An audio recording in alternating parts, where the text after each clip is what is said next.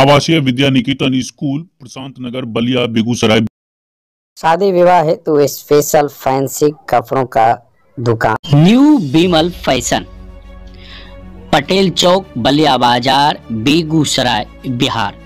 यहाँ सभी प्रकार के फैंसी कपड़े उपलब्ध हैं, तो आज ही पधारें। न्यू विमल फैशन, पटेल चौक, बलिया बाजार, बेगूसराय, बिहार। विवेक विहार, छोटी बलिया बाजार, बेगूसराय। शादी विवाह, जन्मदिन पार्टी व अन्य समारोह व कार्यक्रम हेतु हॉल बुकिंग की सुविधा, साथ में ठहरने हेतु रूम की व्यवस्था एवं आम्रपाली रेस्टोरेंट की सुविधा। तो आज ही पधारे विवेक विहार, छोटी बलिया बाजार। नमस्कार, आप देख रहे हैं एसवी लाइव बिहार और मैं हूं आपके साथ बीके गुलशन। और आज हमारे इस कार्यक्रम में गेस्ट के रूप में उपस्थित हैं प्रशांत किशोर, जिन पार्टी का निर्माण किए हैं जनसुराज, ये उन्हीं से हैं, जनसुराज से हैं। और ये बेगूसराय जिला अंतर्गत बलिया अनुमंडल में महिला प्रकोष्ठ के अध्यक्ष हैं जनसुराज से। और आज हम इनसे कुछ चर्चा भी करेंगे, कुछ बातचीत होगी, चूँकि सामने विधानसभा चुनाव है और क्या कुछ तैयारियां चल रही है, पार्टी का क्या कुछ निर्णय है, रूपरेखा है, हम उस पर कुछ चर्चा करेंगे। तो सर्वप्रथम आपका बहुत बहुत स्वागत है। हम चैनल साथियों को नमस्कार करते हैं और उनका हार्दिक स्वागत करते हैं।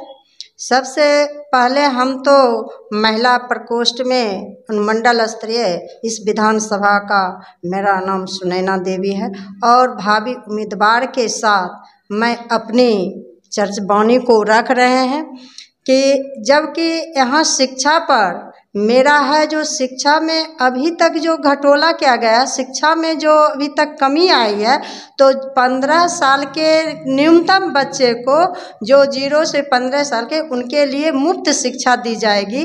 और जो अंबेडकर के संगठन से हैं, अंबेडकर के परिवार से अनुसूचित जातियों को, उनको मैट्रिक के बाद 2000 रुपया प्रत्येक बच्चे को आगे पढ़ने के लिए उनको दिया जाएगा। नहीं, सबसे बड़ी बात है कि आप महिला प्रकोष्ठ के अनुमंडल अध्यक्ष हैं और जिस पार्टी से अभी आप जुड़े हुए हैं, हालांकि पार्टी तो पुराना है नहीं, पार्टी नया है और अभी चर्चा में भी है, तो महिला प्रकोष्ठ के अनुमंडल अध्यक्ष हैं और बात होती है महिलाओं की सशक्तिकरण की। बहुत अन्य पार्टियां भी हैं, उसमें भी महिलाओं की सशक्तिकरण की चर्चाएं हो रही है। और वर्तमान में क्षेत्र में जो महिला की स्थिति है बनी हुई, गांव देहात, दूर सुदूर, चाहे वो शिक्षा की कमी के कारण हो या जो भी हो, तो उस पर आप क्या कहना चाहेंगे? सबसे पहले हम महिला को जो सरकारी योजना के तहत महिलाओं को जो सुविधा दिया जा रहा है, उनसे हम उनको लाभान्वित करवाएंगे। फिर भी महिलाओं को जो प्रत्येक किसी न किसी दर पर वह ब्याज को लेकर के अपने घर को चला रही है, उसके लिए हम कुटीर उद्योग करने के लिए महिलाओं को 4% पर इस सालाना ब्याज की दर पर उनको 4 से 5 लाख तक का महीने मुहैया करवा करके और उनके घर पर को रोजगार करेंगे और उससे उनका परिवार सुखी संपन्न परिवार चलेगा, उसमें कोई कटौती नहीं किया जाएगा। और जितनी सरकारी योजना चल रही है उसमें मैं महिलाओं को लाभान्वित करवाऊंगी। जहाँ तक बात हो रही है कि आप इस क्षेत्र के हैं और इसी क्षेत्र के निवासी भी हैं, लोगों के बीच, आमजनों के बीच आपकी भी एक पहचान बनी हुई है पूर्व से ही। और पहचान इसलिए भी बनी है कि पूर्व में भी आप राजनीति में बहुत सारा काम किए हैं। कुछ इससे पहले आप किसी दूसरे पार्टी में थे, फिर पार्टी बदले, फिर अचानक ये पीके का जनसुराज, ये सब कहाँ से आइडिया आया और क्या सोच के? सबसे पहले तो मैं 1995 से साक्षरता चला उस साक्षरता में काम की और वह घर घर जा कर के महिलाओं को पढ़ाने लिखाने की काम की हूँ। और उसके बाद 1995 में ही मैंने कम्युनिस्ट पार्टी से जुड़ी। कम्युनिस्ट पार्टी से जुड़ने के बाद मैं प्रखंड स्तर पर युवा क्लब का मैं सह सचिव रह चुकी हूँ और उसके बाद मैं जिला स्तर पर भी जिला परिषद में सदस्य भी बनकर रही। फिर भी मैं अंचल कार्यकारिणी का सदस्य रही और इसके साथ अभी भी तक मैं महिलाओं को पढ़ाने लिखाने का काम कर रही हूँ। मुख्यमंत्री अक्षर आंचल के द्वारा मैंने महिलाओं को तालमी मरकज के द्वारा महिला जो गरीब हैं उनको पढ़ाने लिखाने का मैं पूर्ण भागीदारी निभा रही हूँ और काम कर रही हूँ। ये तो उस समय की बात थी, लेकिन अब जन सुराज में आए हैं। एक तरफ ये बहुत से जगहों पर ये लिखा कोटेशन भी मिलता है कि बेटी बचाओ बेटी पढ़ाओ। तो वर्तमान में क्या स्थिति लग रहा है, कितनी बेटियां शिक्षित है और कितनी बेटियां अशिक्षित है, शिक्षा का क्या असर है? यह तो मेरे मुख्यमंत्री साहब का कहना था बेटी बचाओ बेटी पढ़ाओ, लेकिन वे नंगे पांव बेटी को दौड़ाते हैं, बेटी को अधिकार नहीं दिए। जबकि अभी जो हुआ तत्काल परीक्षा उसमें बेटी और बेटे को दोनों को मारपीट करके बीपीएससी में और उनको दौड़ा करके रहे, रिजल्ट एग्जाम भी नहीं लिए। लेकिन उनके कहने का है बेटी पढ़ाओ बेटी बचाओ। बेटी जब तक अपने खुद माँ बाप उसको पढ़ा करके आगे बढ़ाएगी और बेटी खुद पढ़ करके आगे बढ़ती है तो समाज, एक लड़का अगर पढ़ा लिखा होता है तो एक ही परिवार पढ़ा लिखा रहता है, लेकिन अगर एक लड़की पढ़ लिख लेती है तो वो पूरे समाज को पूरे परिवार को पढ़ा लिखा सकती है, उसका भविष्य उज्जवल हो सकता है। ये कितना हद तक आपको लग रहा है कि ये बेटियां पढ़ रही है और जो पढ़ रही है बेटियां तो उसको क्या उस शिक्षा का अधिकार उसको मिल रहा है? हाँ, मेहनत जो कर रही है बेटियां उसको शिक्षा का अधिकार मिल रहा है।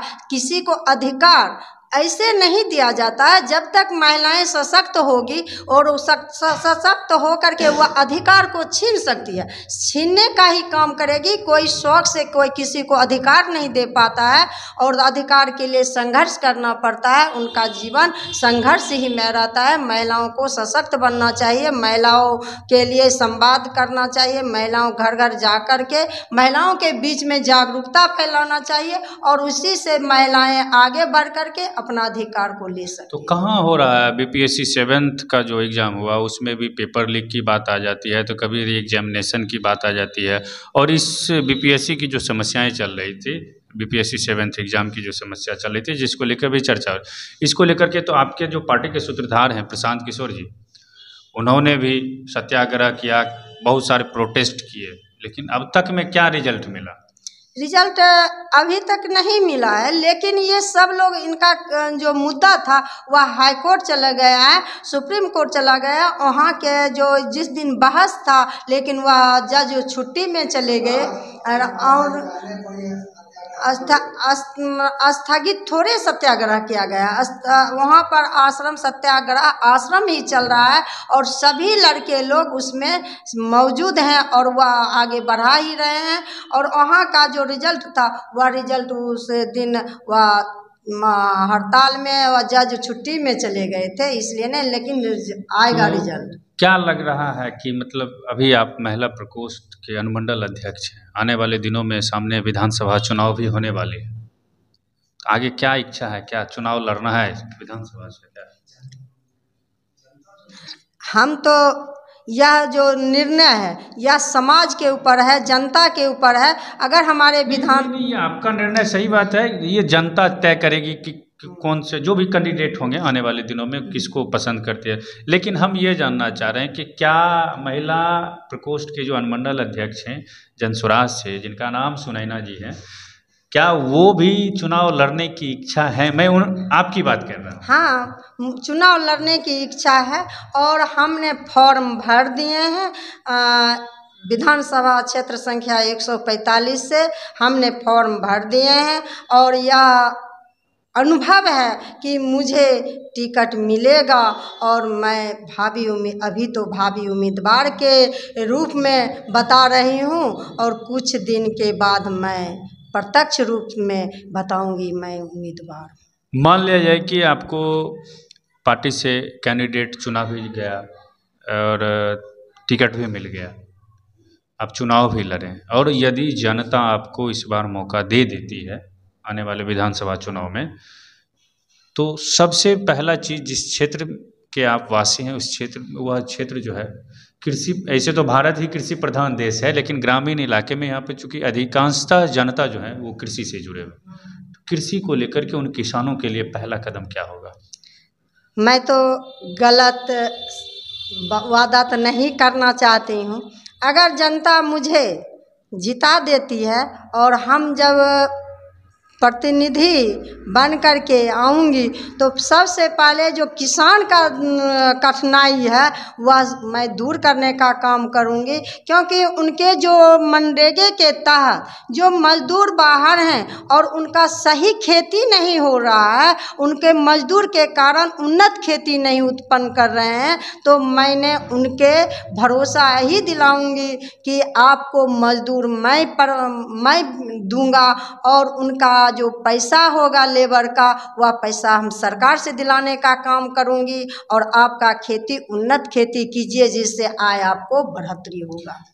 क्योंकि अभी जो खेती हो रही है बहुत सारे किसानों को वो देखा जा रहा है और किसानों की शिकायतें भी मिल रही है, जो यहाँ के स्थानीय पदाधिकारी हैं उनसे भी वहाँ तक भी शिकायत जाता है कि जो गेहूं की खेती हुई, मक्के की, किसान खाद के लिए, उर्वरक के लिए भटक रहे हैं, उर्वरकों की भी कालाबाजारी हो रही है, कई उर्वरक कारोबारी ऐसे हैं, लेकिन कोई ठोस कदम, किसान यूं ही भटक रहे हैं। जब अनाज पैदा होती है तो उस किसान को उचित मूल्य नहीं मिल पाता। तो उचित मूल्य के लिए हम सबसे पहले सरकार से गुजारिश किया जाएगा जी, इसका जो किसान उपजाऊ किए हैं उसका उचित मूल्य मिले। अगर मेरा सरकार बनेगा तो उचित मूल्य देने का हम लोग प्रयास करेंगे। और दूसरा बात है कि जो गेहूं मकई उपज रही है उससे हम लोग सरसों और अरहर, मटर, मसूर और जो धनिया था, इसी सब पर हम लोग ने खेती करने का, उन्नत खेती करने के लिए, जिससे आय बढ़त होगी।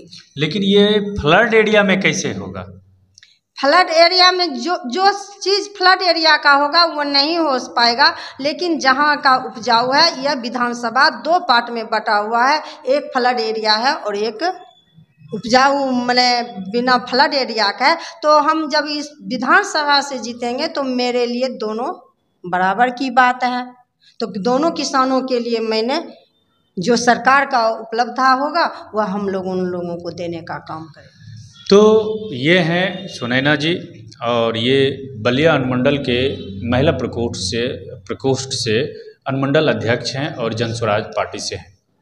वही जनसुराज जिसके सूत्रधार, नींवकर्ता प्रशांत किशोर हैं, और इन्होंने अभी बातचीत में कहा कि आने वाले विधानसभा चुनाव में एक भावी प्रत्याशी बनने की इच्छा भी इन्होंने जताई, और इन्होंने ये कहा भी, बताया भी कि जो चुनाव में प्रत्याशी बनने की प्रक्रिया है, जो आवेदन या फॉर्म फिलअप करना पड़ता है, उन्होंने यह कर भी दिया। आगे ये सारा चीज़ जो है ये क्षेत्र की जनता पर रखे हैं। अब देखना ये होगा कि आगे क्या होता है इनके साथ, पार्टी के द्वारा क्या निर्णय लिया जाता है, और फिर आगे निर्णय में यदि इनको कैंडिडेट स्वीकारी जाती है, इनको कैंडिडेट बनाया जाता है, तो फिर हम इन्हीं के साथ मिलेंगे और फिर एक नए पड़ाव पर मिलेंगे कुछ नए सवालों के साथ। तब तक बने रहिए हमारे साथ और देखते रहिए SV लाइव बिहार। जय हिंद। उमा नर्सिंग होम, छोटी बलिया, पटेल चौक, टेलीफोन ऑफिस के सामने, बेगूसराय।